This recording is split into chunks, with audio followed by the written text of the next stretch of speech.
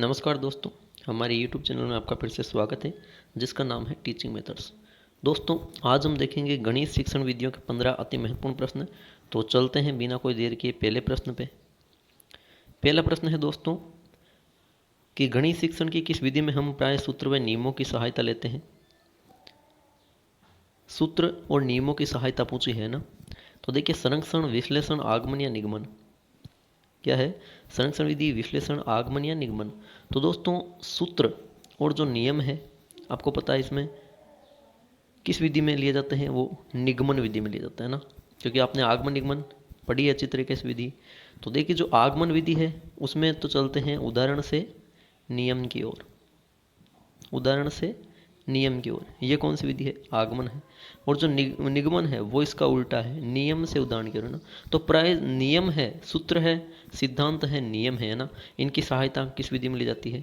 निगमन विधि में। संरक्षण कोई विधि है नहीं, और विश्लेषण में बस विस्तार किया जाता है ना। यानी कि पहले समग्र रूप में, पूर्ण रूप में होती है ना, पूर्ण से अंश की ओर चलती है, फिर पूर्ण से उसके अंश टुकड़े होते हैं, विस्तार कर दिया जाता है। ठीक है, ये विश्लेषण विधि हो जाएगी।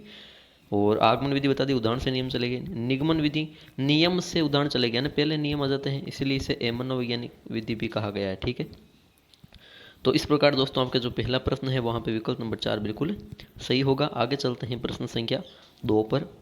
प्रश्न संख्या 2 है, इनमें से कौन सा एक पाठ्य योजना का भाग नहीं है? तो देखिए, पाठ्य योजना, देखिए मुख्य उद्देश्य क्या है पाठ्य योजना का, पहले तो ये देख लेते हैं। पाठ्य योजना का मुख्य उद्देश्य है कि जो भी आपके विषय वस्तु है दोस्तों, जो भी विषय वस्तु है उसका व्यवस्थित विकास हो, है ना। विषय वस्तु का व्यवस्थित विकास करने के लिए ही पाठ्य योजना बनाई जाती है। ठीक है, ये तो इसका मुख्य उद्देश्य हो गया। अब देखिए, इसके भाग कौन कौन से नहीं है? शिक्षा का उद्देश्य, विषय वस्तु का चयन, शिक्षण उद्देश्य का निर्धारण या शिक्षण विधियों का निर्माण। विधियों, ठीक है, टाइपिंग मिस्टेक में गलती। तो देखिए, इसमें आपको बता दूं मैं, पाठ्य योजना का भाग है वो शिक्षा के उद्देश्य, ये कोई भाग नहीं है ना। शिक्षा का उद्देश्य पाठ्य योजना का भाग नहीं है, बल्कि इसमें देखिए विषय वस्तु का चयन किया जाता है, शिक्षण उद्देश्य का निर्धारण भी होता है और शिक्षण विधियां भी इसमें बनाई जाती है। तो इस प्रकार दोस्तों आपके प्रश्न संख्या जो 2 है वहाँ विकल्प नंबर 1 बिल्कुल सही उत्तर होगा। आगे चलते हैं प्रश्न संख्या 3 पर दोस्तों। प्रश्न संख्या 3 है कि किस विधि के अंतर्गत यह निर्धारित किया जाता है कि पूरे अध्याय में कितने शीर्षकों के अंतर्गत व कितने कालांशों व किन किन दिनों को पढ़ाना है। दोस्तों, ये प्रश्न एचटेट में आ चुका है एक बार, ठीक है, वहाँ से लिया है। बहुत ही महत्वपूर्ण क्वेश्चन है ये। तो देखिए, थोड़ा सा बस घुमाया हुआ है, वैसे आपको बताया कि पूरे अध्याय में, मतलब पूरा अध्याय, उसमें कितने शीर्षक है ना, कितने शीर्षक और कितने कालांश और किन किन दिनों को पढ़ाना है ना। तो ये मतलब जो एक पाठ है उसकी ये अलग अलग भाग कर दिए, उसकी अलग अलग क्या कर दिए, ये इकाइयाँ कर दी दोस्तों ना, इकाइयाँ कर दी। ठीक है, इकाइयाँ कर दी ना, इसका मतलब ये कौन सी विधि है? मासिक योजना विधि है, इकाई योजना, वार्षिक योजना, अर्धवार्षिक। अर्धवार्षिक आपको पता है कब होती है ना, वर्ष में जो वार्षिक होती है पूरे वर्ष में, और मासिक वो महीने से होती है। लेकिन जो इकाई योजना इसमें यही होता है, किस दिन पढ़ाना है, किस टॉपिक को पढ़ाना है ना, उसके लिए कितना समय लेना, कितने कालांश में पढ़ाना, ये सारी चीज़ें इकाई बना के निर्धारित की जाती है ना, इकाई योजना विधि में ऐसा होता है। तो दोस्तों, जो आपके प्रश्न संख्या 3 है वहाँ विकल्प नंबर 2 बिल्कुल सही होगा। आगे चलते हैं प्रश्न संख्या 4 पर। दोस्तों, प्रश्न संख्या 4 अच्छा प्रश्न है, और ये प्रश्न है आपके सीटेट में पूछा जा चुका है दोस्तों, कि रेखा गणित में प्रायोगिक स्तर पर प्रयुक्त होने वाली शिक्षण विधि है। जो रेखा गणित है आपके, उसमें जो प्रायोगिक स्तर, देखिए प्रायोगिक स्तर का मुख्य उद्देश्य होता है कौशल, है ना। यानी आपको पता है प्रयोगशाला में प्रयोग करते हैं तो कौशल विकसित होते हैं। इसमें कौन सी शिक्षण विधि उपयोग की जाती है ना? प्रदर्शन विधि। तो ऐसा नहीं है प्रायोगिक में ये ना, मतलब आगे देखिए, प्रदर्शन विधि है, या फिर एक बार देख लीजिए आगमन विधि है या निगमन विधि है या फिर उपयुक्त सभी है। तो देखिए, प्रायोगिक स्तर है, आपको पता है प्रायोगिक स्तर है वो प्रयोगशाला में ही प्रयोग करेंगे। ठीक है, जब प्रयोगशाला में हमने प्रयोग किए तो हम क्या करेंगे, मान लीजिए हमारे पास जो भी, मतलब उसको जो यंत्र है, वहाँ पे प्रयोगशाला में यंत्र से काम करते हैं, तो जो भी यंत्र है उन यंत्रों का हम क्या करेंगे, प्रदर्शन करेंगे ना। आगमन में उदाहरण से नियम चलेगा, निगमन से नियम से उदाहरण चलेगा, इस प्रकार उपयोग सभी हट जाएगा। तो बच्चे कौन सी प्रदर्शन विधि, वहाँ पे हम प्रदर्शन करते हैं। तो इस प्रकार दोस्तों आपके प्रश्न संख्या जो 4 है वहाँ पे विकल्प नंबर 1 बिल्कुल सही उत्तर है। आगे चलते हैं प्रश्न संख्या 5 पर। अच्छा प्रश्न है कि खोज विधि का प्रतिपादन किसने किया था? खोज विधि आपने गणित शिक्षण में पढ़ी होगी, खोज विधि। खोज विधि को देखिए क्या क्या कहते हैं, एक ह्यूरिस्टिक विधि भी कहते हैं इसको, ठीक है, ह्यूरिस्टिक विधि भी कहते हैं। इसके अलावा दोस्तों अनुसंधान विधि भी कहते हैं इसको, है ना। खोज विधि, अनुसंधान विधि, ह्यूरिस्टिक विधि और अन्वेषण विधि भी इसको कहते हैं, क्योंकि इन सारों का नाम वैसे अर्थ खोज ही होता है। तो खोज करता है तो बालक कैसी खोज करता है ना। बालक मतलब जो भी उसको समस्या दी जाए, ठीक है, बालक को जो भी समस्या दी जाए उस समस्या का जो समाधान है, उस समस्या का जो समाधान है वो बालक कैसे करे, है ना, वो खोज करके करे, है ना। खोज करे यानी खोज करने का मतलब है कि उसका जो समाधान है वो स्वयं ही ढूंढे, है ना, स्वयं समाधान ढूंढे, उससे कहते हैं खोज करना। तो ये स्किनर ने नहीं कहा, जॉन ड्यूई ने करके सीखना, है ना, करके सीखना वो तो क्रियात्मक होता है। किलपैट्रिक ने प्रयोजना विधि दी थी, जबकि प्रोफेसर, है ना, नील आर्मस्ट्रॉन्ग ने खोज विधि का प्रतिपादन किया था। तो इस प्रकार दोस्तों आपके जो प्रश्न संख्या 5 है वहाँ पे विकल्प नंबर 1 बिल्कुल सही उत्तर होगा। आगे चलते हैं प्रश्न संख्या 6 पर कि गणित के मानसिक सिद्धांत के जन्मदाता कौन है। गणित के जो मानसिक सिद्धांत है उसके जन्मदाता कौन है। तो देखिए गणित का जो मानसिक सिद्धांत का जन्मदाता पूछा है, तो ये मानसिक सिद्धांत गणित में किसने दिया, अरस्तु, डटन, डाल्टन या प्लेटो। तो दोस्तों प्लेटो यहाँ सही उत्तर होगा। प्लेटो ने मानसिक सिद्धांत दिया ना। इन्होंने ही कहा था कि गणित एक ऐसा विषय है जो मनुष्य की, किसी व्यक्ति की या किसी बालक की, है ना, उसकी जो मानसिक जो शक्तियाँ हैं ना उनको पूर्ण रूप से विकसित करता है, वो गणित विषय है। प्लेटो ने कहा, मानसिक सिद्धांत दिया ना। इसके अलावा और शिक्षा के बारे में इनके विचार ये है कि जिस व्यक्ति में स्वस्थ शरीर होगा, जिस व्यक्ति में स्वस्थ शरीर होगा तो स्वस्थ शरीर में ही क्या निवास करता है, स्वस्थ मस्तिष्क रहेगा ना, कि स्वस्थ शरीर में ही स्वस्थ मस्तिष्क रहेगा। दोस्तों ये किसने कहा, ये प्लेटो ने कहा था, ठीक है। तो इस प्रकार आपके गणित में अगर पूछे मानसिक सिद्धांत के जन्मदाता कौन है तो दोस्तों प्लेटो कर देना, ठीक है। तो प्रश्न संख्या 6 में विकल्प नंबर 1 बिल्कुल सही उत्तर है। आगे चलते हैं प्रश्न संख्या 7 पर। प्रश्न संख्या 7 है दोस्तों कि पाठ्यवस्तु की दृष्टि से गणित की प्रकृति है। पाठ्य वस्तु की दृष्टि से गणित की प्रकृति कैसी है। देखिए हमें पाठ्य वस्तु रखनी है ना, जो भी हम चीज़ें पढ़ते हैं वो चीज़ रखनी है किताब में, गणित में, ठीक है। और गणित की प्रकृति कैसी है, निष्कर्ष स्पष्ट होना, बिल्कुल सही चीज़ है ये, है ना, ये सही है, गणित की प्रकृति है। यानी कि निष्कर्ष या जो भी परिणाम होते हैं वो बिल्कुल स्पष्ट होते हैं ना। जैसे मान लीजिए 2+2 तो निष्कर्ष क्या आया 4। अब ये स्पष्ट है 4, ऐसे नहीं कि हम 4-5 में कन्फ्यूजन है, ठीक है। निष्कर्ष सार्वभौम होना, सार्वभौम का मतलब है कि एक तो काल यानी समय और एक स्थान के आधार पर एक समान होना, है ना। अब मान लीजिए समय मतलब सुबह आप अगर 2+2 करोगे तो भी 4 आएगा, शाम को करोगे तो भी 4 आएगा, दोपहर को करोगे तो भी 4 आएगा, रात को करोगे तो भी 4 आएगा ना। ये काल का प्रभाव हो गया। स्थान की बात करूँ, अमेरिका में भी 2+2 करेंगे 4 आएगा, नेपाल में करेंगे 2+2 4 आएगा, इंडिया में करेंगे 2+2 4 आएगा। ये निष्कर्ष क्या, सार्वभौम, सब जगह एक समान है, बिल्कुल सही चीज़ है ये भी। सूत्र व सिद्धांत है तो गणित सूत्र और सिद्धांतों का ही तो विषय है ना, हम सूत्र इसमें उपयोग करते हैं और सूत्र का उपयोग करते ही तो हम इस अमूर्त विषय को हम क्या कर देते हैं, मूर्त रूप दे देते हैं। इसका मतलब ये तीनों विशेषताएं हैं तो उपयोग सभी सही हो जाता है। इस प्रकार दोस्तों आपके विकल्प नंबर जो 4 है वो सही होगा प्रश्न संख्या 7 में। आगे चलते हैं प्रश्न संख्या 8 पर दोस्तों। प्रश्न संख्या 8 है कि रेखा गणित में किसी शब्द का हल ज्ञात करने के लिए किस विधि का प्रयोग उपयुक्त होता है। तो देखिए रेखा गणित का एक और प्रश्न आया है, किसी भी शब्द का हल या किसी साध्य का हल, है ना, कोई भी सूत्र का हल ज्ञात करना तो किस विधि का प्रयोग उपयोग करेंगे ना। आगमन विधि नहीं होगी, उदाहरण से नियम की, और निगमन विधि उल्टी हो जाएगी नियम से उदाहरण की, और प्रदर्शन विधि ये तो प्रयोगशाला से संबंधित है, पहले ही पढ़ चुके हैं ना। जबकि जो विश्लेषण विधि है वो बिल्कुल सही है। देखिए एक विश्लेषण विधि है और दूसरी कौन सी है दोस्तों, दूसरी संश्लेषण विधि है। दोस्तों दूसरी कौन सी है, संश्लेषण विधि, है ना। संश्लेषण नाम से पता चलता है, संश्लेषण यानी संक्षिप्त किया जाता है इसका, ठीक है, संक्षिप्त किया जाता है। यानी कि जो भी टुकड़े हैं उन टुकड़ों को समेट कर उसका एक बनाया जाता है ना, वो तो हो जाए संक्षिप्त। और विश्लेषण मतलब विस्तार किया जाता है, विस्तृत किया जाता है, विस्तार किया जाता है, यानी विस्तार मतलब टुकड़े कर देते हैं। जैसे ये चलती है पूर्ण से अंश की ओर, पूर्ण से अंश की ओर, पहले एक चीज़ पूर्ण रहती है फिर उसके टुकड़े कर दिए जाते हैं, वो विश्लेषण विधि है ना। रेखा गणित में किसी साध्य का हल ज्ञात करना है, समाधान निकालना है किसी समस्या का, तो क्या करते हैं ना, यही चीज़ करते हैं। जैसे पहले हमने सूत्र लगाया, उसके बाद ना मतलब जो स्टेप टू स्टेप वाई हम प्रश्न का उसको विस्तार करके उसका उत्तर निकाल देते हैं, ये विश्लेषण विधि में ही होता है दोस्तों। तो इस प्रकार आपके जो प्रश्न संख्या 8 है मित्रों, वहाँ पे विकल्प नंबर 4 बिल्कुल सही उत्तर होगा। आगे चलते हैं प्रश्न संख्या 9 पर। अच्छा प्रश्न है कि गणित शिक्षण उद्देश्यों की कौन सी एक विशेषता नहीं होनी चाहिए। गणित शिक्षण उद्देश्य हैं, उनकी कौन सी एक विशेषता नहीं होनी चाहिए। तो ऐसे ही प्रश्न आएंगे, गणित शिक्षण उद्देश्यों की कौन सी नहीं होनी चाहिए ना, कौन सी गणित की पाठ्य वस्तु की नहीं होनी चाहिए, पाठ्य पुस्तक की कौन सी विशेषता, ऐसे ही प्रश्न आने वाले हैं दोस्तों। तो देखिए, विशिष्ट है, परीक्षण योग्य है, जीवन से संबंधित है, व्यावहारिक, कौन सा शिक्षण उद्देश्य की विशेषता नहीं होनी चाहिए। ठीक है, यहाँ पे ध्यान रखिए, यहाँ पे जिसने ध्यान रखा बिल्कुल सही करेगा। तो देखिए, व्यावहारिक, जो भी हम गणित में परीक्षण करवा रहा है शिक्षक, वो व्यवहार संबंधित है, बिल्कुल सही चीज़ है ये तो ना, बिल्कुल सही चीज़ है, व्यवहारिक होने चाहिए। ठीक है, जीवन से संबंधित भी परीक्षण होते हैं ना, जो भी मतलब आपके शिक्षण उद्देश्य हैं, वो शिक्षण उद्देश्य, शिक्षा का उद्देश्य व्यवहारिक, बिल्कुल सही है, व्यवहारिक ज्ञान देना, जीवन से संबंधित ये भी ठीक है, और परीक्षण योग्य है ना।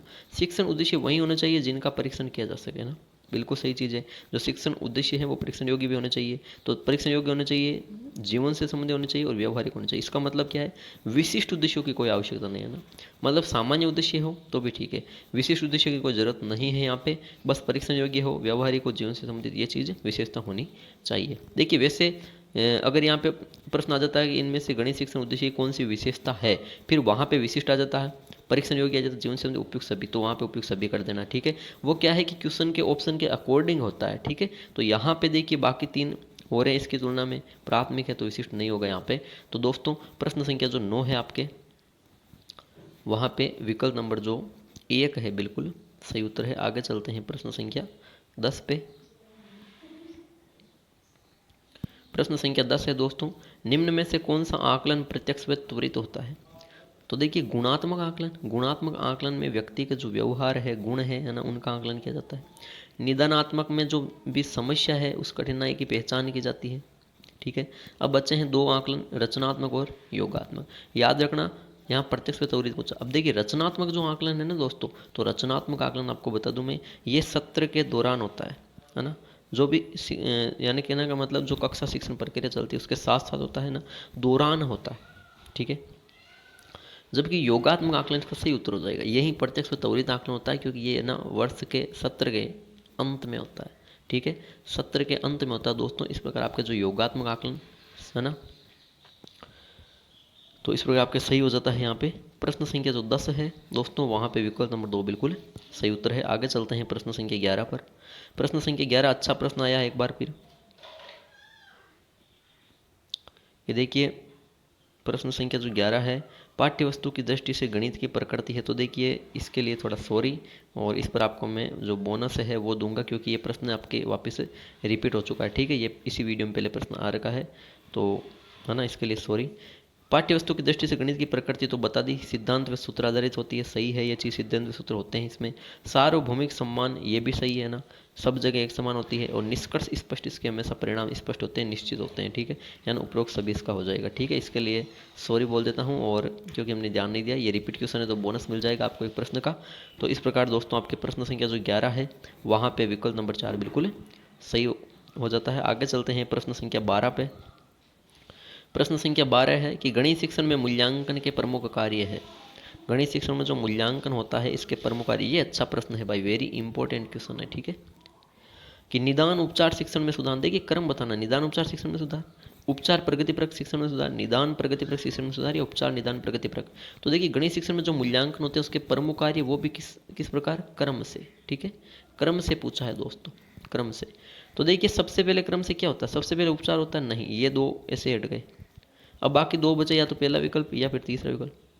तो देखिए, यहाँ पे निदान होगा। ठीक है, निदान होगा, तो प्रगति परक आ जाएगा निदान करके, नहीं, निदान होगा, उसके बाद निदान पता चला समस्याएं क्या है, उसका उपचार करेंगे, इसका मतलब फिर उपचार कर देंगे, शिक्षण में सुधार हो गया है ना। तो ये मूल्यांकन के प्रमुख कार्य होते हैं। तो इस प्रकार दोस्तों आपके प्रश्न संख्या जो 12 है, वहाँ पे विकल्प नंबर 1 बिल्कुल सही उत्तर है। आगे चलते हैं प्रश्न संख्या 13 पर, और ये लीजिए आपके, जैसे कि आप प्लेलिस्ट में देख सकते हैं गणित शिक्षण वीडियो के जो और भी बाकी के वीडियो, उनमें भी हमने क्या है कि जो गणित में परिभाषा पूछी जाती है, सबको पता है 1 से 2 आपके नंबर की 1-2 परिभाषा पूछी जाती है गणित में। तो इसी प्रकार हम आपके यहाँ पे 1 नहीं बल्कि 4 प्रश्न तैयार करें, 4 परिभाषाएं लेके आ रहे हैं। ठीक है, कि गणित में ईश्वर ने सारे जगत या ब्रह्मांड को लिख दिया है, ये परिभाषा किसने दी दोस्तों, ये परिभाषा गैलीलियो ने दी है ना। गैलीलियो ने कहा कि गणित में ईश्वर ने सारे जगत या ब्रह्मांड को लिख दिया। ये किसने कहा? ये गैलीलियो ने कहा। ठीक है, बाकी पढ़ देते हैं। होगबेन ने कहा कि गणित सभ्यता व संस्कृति का क्या है? दर्पण है। सभ्यता व संस्कृति का दर्पण है, ये होगबेन ने कहा। कार्ल युंग ने क्या कहा दोस्तों? कि विज्ञान का आधार स्तंभ यदि गणित हटा दिया जाए, है ना, हटाना, ठीक है, कि विज्ञान का आधार स्तंभ यदि गणित हटा दिया जाता है तो जो भौतिक सभ्यता है, क्या है दोस्तों? भौतिक सभ्यता है। क्या है? भौतिक सभ्यता है, वो नष्ट हो जाती है, ऐसा युंग ने कहा। होगबेन ने कहा कि गणित सभ्यता और संस्कृति का दर्पण है। युंग ने कहा कि विज्ञान का आधार स्तंभ गणित हटा दिया जाए तो भौतिक सभ्यता नष्ट हो जाएगी। रसेल ने कहा कि हम जो भी कुछ गणित में संदर्भ में कर रहे हैं, जो कुछ भी हम गणित के बारे में कह रहे हैं ना, हमें पता नहीं है कि वो सत्य है या असत्य, हम सही कह रहे हैं या नहीं कह रहे। ये किसने कहा? ये बर्ट्रैंड रसेल ने कहा था। ठीक है, तो इस प्रकार ये परिभाषाएं थी आपकी गणित से संबंधित दोस्तों। तो जो प्रश्न संख्या 13 है वहाँ पे विकल्प नंबर 2 बिल्कुल सही उत्तर होगा। आगे चलते हैं प्रश्न संख्या 14 पर कि एनसीएफ 2005 के अनुसार विद्यालयों में गणित शिक्षण का मुख्य उद्देश्य क्या है? एनसीएफ 2005 नेशनल कैरिकुलम फ्रेमवर्क, याद रखना इसका पूरा नाम है, 2005 प्रोफेसर यशपाल समिति। तो विद्यालयों में गणित शिक्षण का देखिए इसको क्या, ये क्या है, इस पे मतलब बालक पे ज़्यादा जोर दिया गया है, बालक केंद्रित है। ठीक है, बाल केंद्रित है दोस्तों ये, है ना। सजा दंड वो सारी चीज़ें, अनुशासन वगैरह, कठोर अनुशासन, वो सारी चीज़ें इससे हटा दी गई है, डिलीट कर दी गई है। इसमें गणित शिक्षण का मुख्य उद्देश्य क्या है? संख्या संबंधी कौशल का विकास, तो ये एनसीएफ 2005 का नहीं है। समस्या समाधान कौशल का विकास करना ये भी इसका मुख्य उद्देश्य नहीं है। बाकी उद्देश्य हो सकते हैं, मुख्य उद्देश्य हमें देखना है। ठीक है, विश्लेषणात्मक योग्यता पोषित करना ये भी मुख्य उद्देश्य नहीं है। मुख्य पूछा है बच्चे की जो भी चिंतन प्रक्रिया उसका गणितीयकरण करना। बच्चा जो भी सोचता है दैनिक जीवन में, जो भी सोचता है, जो भी कार्य करता है, उन सबको गणित से संबंधित करना, गणितीयकरण करना, ये बताया था एनसीएफ 2005 का मुख्य उद्देश्य दोस्तों, है ना। मुख्य उद्देश्य क्या है? मुख्य उद्देश्य है कि बच्चे की जो सोच है, चिंतन है, विचार है, उसका गणितीयकरण कर दो। ठीक है, तो इस प्रकार दोस्तों आपके प्रश्न संख्या जो 14 है वहाँ पे विकल्प नंबर 4 बिल्कुल सही उत्तर है। आगे चलते हैं प्रश्न संख्या 15, आज के अंतिम प्रश्न पे, और बहुत ही शानदार प्रश्न है, अंतिम 15वां प्रश्न दोस्तों, कि निम्न में से कौन सा कथन गणित की प्रकृति को नहीं दर्शाता है? गणित की प्रकृति, तर्क शक्ति, गणित की परिभाषा, ये टॉपिक है, पूरे कंप्लीट करवा रहा हूँ यहाँ मैं धीरे धीरे एक एक प्रश्न से, क्योंकि यहाँ देखिए जो भी परिभाषाएं हो रही है ना, ये परिभाषाएं तो आ रही है ना, ये इसकी विशेषताएं तो आ रही है। ये विशेषताएं आज 4 आई, कल और प्रश्न लाऊंगा उसमें 4 आएगी ना, तो इस प्रकार आपकी सारी कंप्लीट हो जाएगी ना। पहली बात तो ये वेरी वेरी इंपॉर्टेंट क्वेश्चन है दोस्तों, है ना, ऐसे प्रश्न आने की ज़्यादा चांसेज है। तो यहाँ पूछा गणित की प्रकृति तो आपने पढ़ी, लेकिन पूछा कौन सा कथन नहीं दर्शाता, इस नहीं पे ध्यान देना। हाँ या नहीं वाले प्रश्न अक्सर गलत होते हैं। कि गणित की भाषा में प्रत्यय सूत्रपद शामिल है, बिल्कुल सही शामिल है। गणित की भाषा किसे कहते हैं? जिसमें प्रत्यय सूत्रपद नियम सिद्धांत शामिल है, सही चीज़ है। सूत्रपद वगैरह गणित में होते हैं। गणित में अमूर्त जो प्रत्यय हैं उनकी व्याख्या करो सर, बिल्कुल। गणित देखिए अमूर्त विषय है ना, और कहीं पे आता है गणित मूर्त विषय, वो मूर्त है नाम, अमूर्त से मूर्त हम बनाते हैं उसको, तो गणित अमूर्त विषय, बिल्कुल सही चीज़ है। सूत्र है ना अमूर्त होते हैं। संख्याएं, स्थान, मापन आदि गणित का आधार है, बिल्कुल सही है। संख्याएं, स्थान, मापन, है ना, ये सारी चीज़ें हैं वो गणित का ही आधार होती है। ठीक है, जबकि अगला कहा गया कि गणित के ज्ञान का आधार ज्ञानेंद्रियां नहीं है। यहाँ पे एक वेरी इंपॉर्टेंट क्वेश्चन और बन गया आपके लिए जी, 3-4 प्रश्न यहाँ पे बन गए, है ना। इसके अलावा एक आध प्रश्न और बन गया।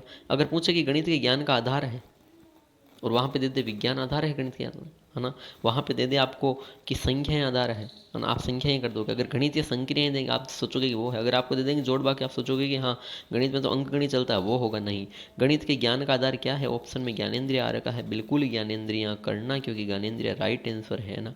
क्यों? क्योंकि आपको पता है शिक्षा जो है हमारे, उन्होंने क्या बताया, सभी ने ये बताया कि जो गणितीय शिक्षा है वो करके सीखो। बालक को वर्तमान में बाल केंद्रित है ना, इसका मतलब करके सीखो, तो ज्ञानेंद्रियों से ही तो करके सीखेगा ना। तो इस प्रकार दोस्तों जो आपके ये विकल्प नंबर 4 है वो हट जाएगा। क्यों? क्योंकि गणित के ज्ञान का आधार ज्ञानेंद्रिय नहीं है, ये चीज़ गलत है। नहीं है, बल्कि गणित के ज्ञान के आधार ज्ञानेंद्रिय ही है। तो इस प्रकार दोस्तों आपके प्रश्न संख्या जो 15 है वहाँ पे विकल्प नंबर 4 बिल्कुल राइट आंसर हो जाएगा दोस्तों। तो दोस्तों ये थे आज के गणित शिक्षण वीडियो के 15 अति महत्वपूर्ण प्रश्न। आशा करता हूँ कि आपको वीडियो अच्छा लगा। कमेंट बॉक्स में कमेंट ज़रूर कीजिएगा आपके कितने सही हो रहे हैं। और हाँ, वीडियो देखने वालों से ये एक रिक्वेस्ट है कि वीडियो पूरा देखें और कमेंट बॉक्स में कमेंट कीजिए कि आपके कितने सही हो रहे हैं। और दूसरी चीज़ ये है कि अगर आपके जो भी कोई समस्या है तो वो उसका भी आप हमको सुझाव दीजिए, तो आपका समाधान किया जाएगा। आप कमेंट बॉक्स में ज़रूर कमेंट कीजिए। तो दोस्तों वीडियो को लाइक कीजिए, शेयर कीजिए, हमारे यूट्यूब चैनल को सब्सक्राइब कीजिए। ठीक है दोस्तों, धन्यवाद।